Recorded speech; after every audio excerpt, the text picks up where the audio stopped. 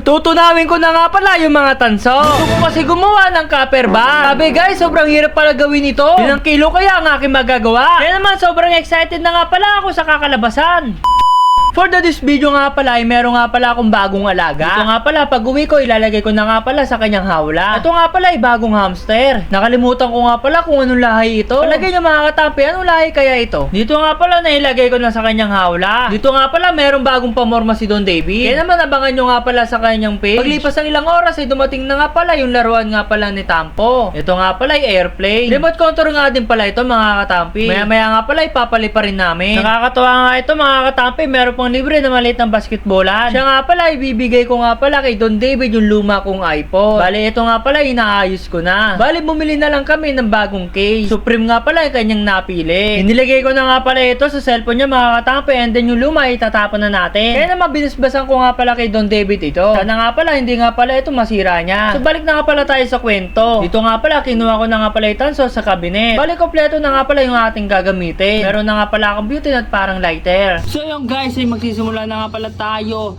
na gumawa ng copper bar or copper plate or kahit basta tutunawin natin yung tanso guys. So bumili na nga pala ako ng ganito para meron tayo pang tunaw sa tanso. At meron nga pala napagsabi sa akin na meron daw peking tanso, natutunaw daw ito, kaya naman susubukan ko nga din pala yung mga katampi. Yan. So madali lang yan guys, ganyan lang yan. Tapos hilahin. Yan guys, kita nyo guys yan. May mga peke daw na tanso. Sunugin natin. Ay, nasusunog. Nasusunog siya guys. Naksan natin.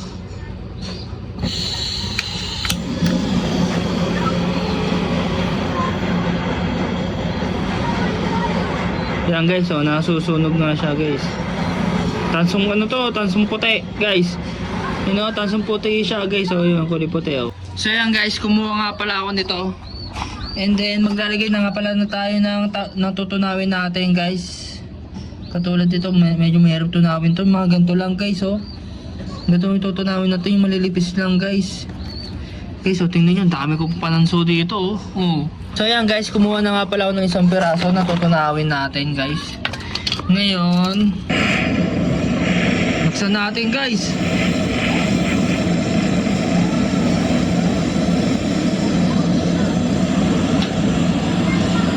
Saglit lang sa guys, medyo nakagwait sa game.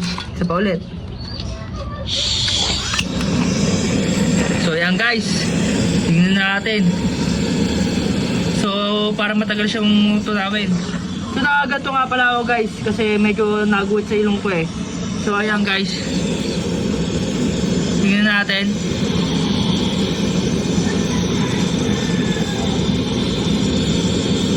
Ayan guys kulay green. Kulay green yung apoy. Kulay green yung apoy guys. Gala, nakainit na, baka bigla sumabog sa akin to Hindi naman siguro Tagal lang matunaw naman to. Tagal matunaw Nakainit na yung surface guys. So stop muna natin. So yan guys, wag nyo gagayahin to sa bahay, lalo walang kasamang matanda. Sa mga bata, mga katampi, wag nyo gagayahin to kasi pang matatanda itong ginagawang to Kaya medyo delikado to, kaya wag nyo gagawin guys. So ayan guys, medyo parang di naman natutunaw at parang meron tayong kulang na potahe. Parang meron yata nilalagay na borax ba yun? Borax. Papatunan ng mga bakal. Ayan guys. So ayan guys, tingnan natin kung tigas pa rin.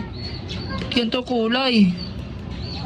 So ayan guys, ang tigas pa rin So ayan guys, ang tigas pa rin ng parang matagal siya matunaw guys. So ito, nasusunog at nagiging kulay puti. Puti siya. Ito naman parang nagiging parang tagal matunaw nito mga katampi. So yung mga katampi, bago nga pala ako gumawa ng copper bar or copper plate, copper coin, magano muna tayo. aralin muna natin mabuti. Kasi parang ang tagal naman tunawin tong copper na to guys eh. Parang meron pa nilalagay dito na borax ba yun kung tawagin. Kasi napanood ko yung mga katampi. Pag nagtutunaw ka ng bakal at tanso dati. Ano lang yun eh, may pasok may nilalagay eh. Kaya ba, may idea ba kayo mga katampi? Paki-comment naman, patingin naman ako ng mga nabuo yung mga plate na copper na tanso.